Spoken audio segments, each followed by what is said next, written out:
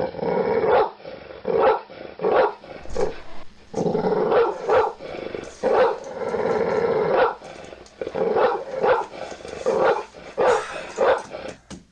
up, YouTube? Big Dog here, back again for yet another edition of Big Dog Movie Reviews.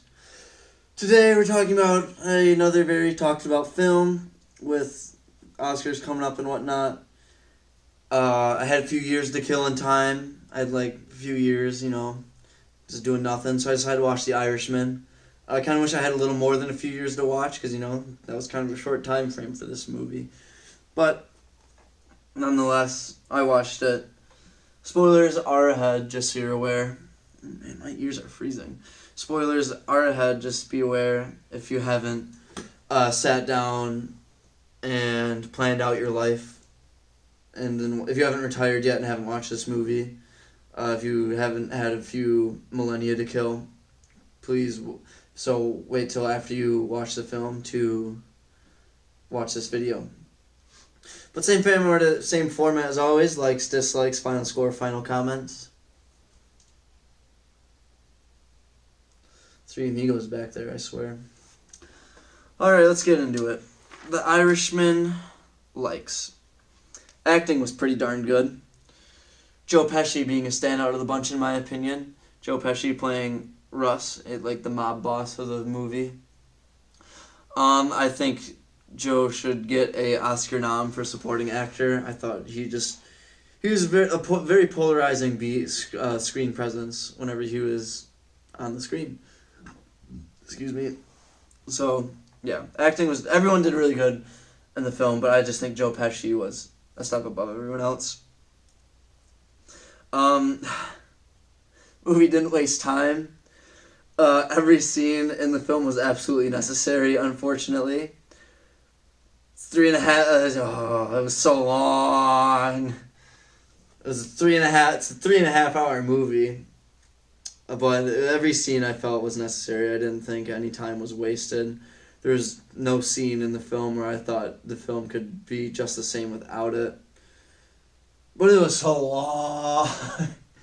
I shit you not, I was glad I watched this. I was watching it on my laptop. And I was sitting there watching it, and I'm like, okay, this film's got to be wrapping up soon. Move the cursor to see how much time was left. 2 hours were left. I was only an hour and a half I wasn't even halfway through this film, and I was thinking it was going to wrap up. Holy crap, it's long. But necessarily long, I should say. How it was more or less De Niro's character's whole life, which I thought was pretty interesting. It started out when he was, I don't know, maybe his 20s, 30s, maybe 40s even. But it's a very good portion of his life, and it ends with him all gray-haired in a wheelchair in a retirement home. So it's a very large portion of De Niro's character's life, which I thought was really interesting because it kept things changing and kept things interesting throughout the whole film. Both with the time period and then the people. Everyone was aging appropriately as the film went on, which I thought was a really interesting piece. Shows they were really paying big attention to detail in the film. Because they realized how much time this movie was covering. And De Niro's commitment to Pesci, who was the mob boss, was kind of a big thing. You could tell De Niro's is really committed to making sure Pesci's the work he wants to get done, it does get done. And it's just and he even killed. De Niro ended up killing in the film. De Niro's pretty much best friend ends up becoming Jimmy Hoffa, played by Al Pacino, and Russ tells De Niro to kill, or Pesci tells De Niro to go kill Jimmy Hoffa, and he's he does it. You can tell he's really struggling with the idea of doing this, but he ends up doing it. And it just kind of shows De Niro's commitment to the mob and the mafia and making sure the job gets done. So I thought that was a very interesting dynamic between those two. It really showed a deeper meaning to that relationship between the two, with that scene in particular. How De Niro got involved in the crime. He started out as a guy who delivers meat, ended up becoming one of the very prominent figures in the mafia. And I thought that was really interesting to show his humble beginnings getting into the mob.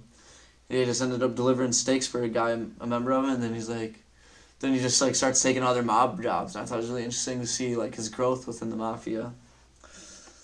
Ray Romano's character was cool. Ray Romano played like a lawyer for De Niro in the early bits of it. He had a presence throughout the whole film, but Ray Romano was like his main pieces were in the beginning. He plays a lawyer for De Niro, and I thought it was really interesting because they have a conversation where De Niro says he does it, and Romano's still sitting there fighting the judge, saying that he didn't do it. So I thought it was really interesting to see Romano, like, it was either like a dirty lawyer, or he just really knew what he was doing, or both. He could have been a dirty lawyer who really knew what he was doing, and he ends up winning this case for De Niro.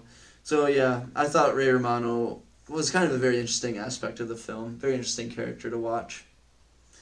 That's it for the likes. Now on to the dislikes. The violence in the film was very poorly executed. Part in particular, De Niro's beating up a guy, like a guy who at a grocery store who shoved his daughter, and it's just like looks ridiculous. It looks worse than scripted. Honestly, it's just appalling at how bad that scene, like the punching and the kicking looked in that scene. I would have liked a little more explaining on certain things. I mean, they could have said this, but I didn't pick it up if they did. I didn't say it. I didn't hear it. But I would like De Niro became the president of a workers' union. I would have liked to know how that came to be fruition. Hoffa was just kind of like, you gotta do it. And he's like, okay. But I mean, like, how did he get there? I want to know, like, the ending outs of that. As well as De Niro was being honored for something at a dinner, which I wasn't very clear on what he was being honored for. Would have liked to catch an explanation of that. Like I said, could have been in there, but I didn't hear it, so can't be that obvious.